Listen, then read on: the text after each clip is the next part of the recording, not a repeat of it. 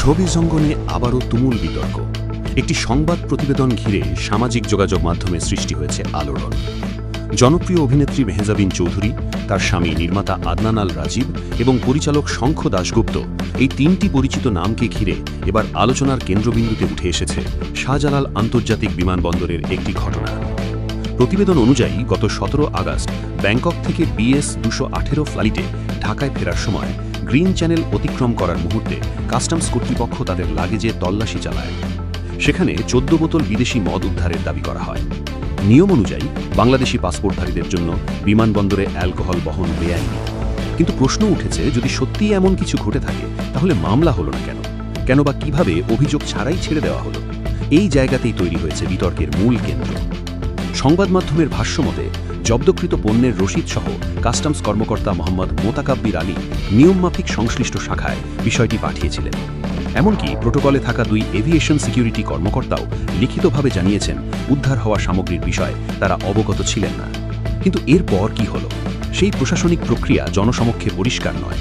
আর এই অস্বচ্ছতাই তৈরি করেছে পাবলিক অ্যাকাউন্টেবিলিটি বা জনজবাবদিহিতা, জনগণের কাছে প্রশাসনের দায়বদ্ধতা নিয়ে নতুন প্রশ্ন। এদিকে অভিযোগ প্রকাশের একদিন পর নিজের ভেরিফাইড ফেসবুক পেজে দীর্ঘ বক্তব্য দেন মেহজাবিন চৌধুরী।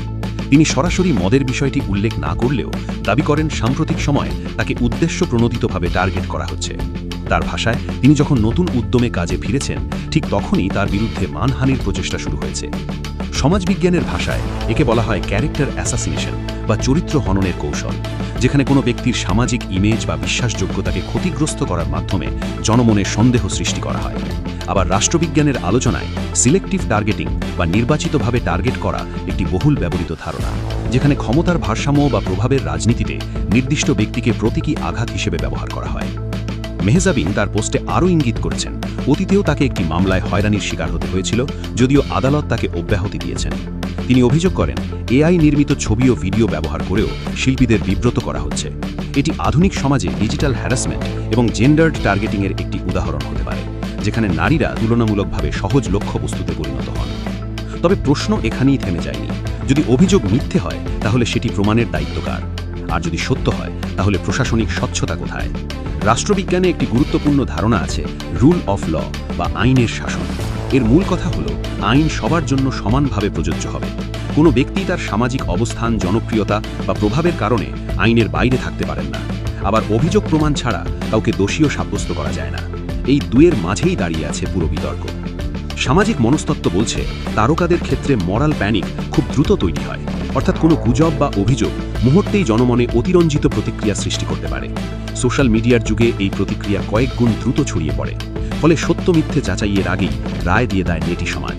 এই ঘটনায় 2টি সমান্তরাল বয়ান তৈরি হয়েছে। একদিকে সংবাদ মাধ্যমের অভিযোগ, অন্যদিকে মেহজাবিনের দাবি যে তাকে পরিকল্পিতভাবে টার্গেট করা হচ্ছে। সত্য কোথায়? তা নির্ভর করবে স্বচ্ছ তদন্ত এবং প্রাতিষ্ঠানিক ব্যাখ্যার উপর। শেষ প্রশ্নটা তাই আপনাদের জন্য, এটি কি শুধুই একটি প্রশাসনিক ব্যত্যয়, নাকি তারকার ইমেজকে কেন্দ্র করে তৈরি হওয়া সামাজিক উত্তেজনা? এটি কি আইনের প্রয়োগে অস্পষ্টতা, নাকি মিডিয়া ফ্রেমিংয়ের ফল?